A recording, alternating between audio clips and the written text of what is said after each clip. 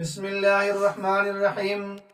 عزیزان محترم، جناب محمد الرسول اللہ صلی اللہ علیہ وسلم کو اللہ رب العزت نے جب عروج اور بلندی عطا فرمائی اور معراج کا سفر جناب رسول اللہ صلی اللہ علیہ وسلم کو نصیب ہوا تو ساتوں آسمانوں کا سفر جناب رسول اللہ صلی اللہ علیہ وسلم نے فرمایا۔ مختلف انبیاء کرام علیہ السلام سے ملاقاتیں ہوئیں، اس میں بہت ساری حکمتیں تھیں۔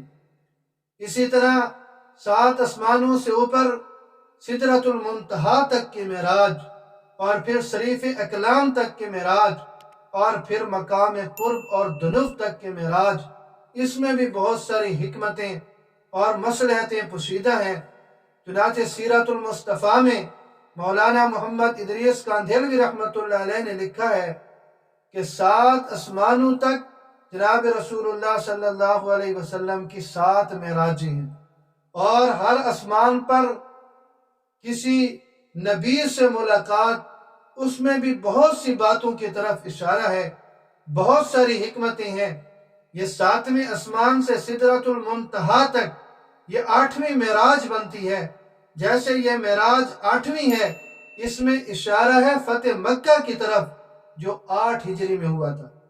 مکہ فتح 8 ہجری میں ہوا تھا، اور جناب رسول اللہ صلی اللہ علیہ وسلم کی 7ویں آسمان سے لے کر سدرۃ المنتہا تک یہ معراج بھی 8ویں بنتی ہے۔ تو گویا یہ 8ویں معراج کرا کے اللہ رب العزت اشارہ فرما رہے تھے مکہ کی فتح کی طرف۔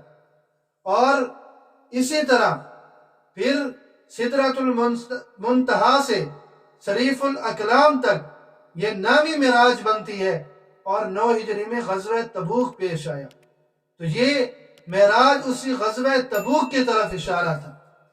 اور اس سے اوپر مقام قرب اور دنو تک 10ویں معراج جو معراج زفرف ہے، اور جو مقام قرب اور دنو تک ہے، جہاں جناب رسول اللہ صلی اللہ علیہ وسلم کو دیدار خداوندی نصیب ہوتا ہے، کلام ربانی کو جناب رسول اللہ صلی اللہ علیہ وسلم سنتے ہیں، یہ 10ویں معراج ہے۔ اس 10ویں معراج میں رب تعالیٰ سے ملاقات کا شرف حاصل ہوتا ہے۔ اس میں اشارہ تھا کہ جناب رسول اللہ صلی اللہ علیہ وسلم ہجرت کے 10ویں سال اللہ رب العزت سے ملاقات فرمائیں گے۔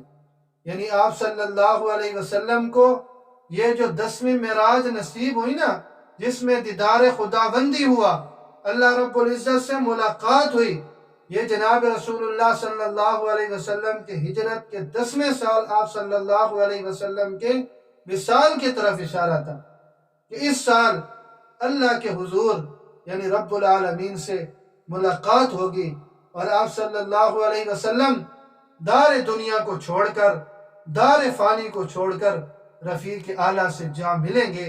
تو جیسے جناب رسول اللہ صلی اللہ علیہ وسلم کے معراج میں مختلف حکمتیں اور مصلحتیں پوشیدہ ہیں، اسی طرح یہ جو معراج ہے سدرۃ المنتہا تک، شریف الاقلام تک، مقام قرب اور دنو تک، اس میں بھی بہت ساری حکمتیں اور مصلحتیں پوشیدہ ہیں، چند آپ کی خدمت میں پیش کر دیں۔ اللہ رب العزت مجھے اور آپ سب کو جناب رسول اللہ صلی اللہ علیہ وسلم کی تعلیمات پر عمل کرنے کی توفیق نصیب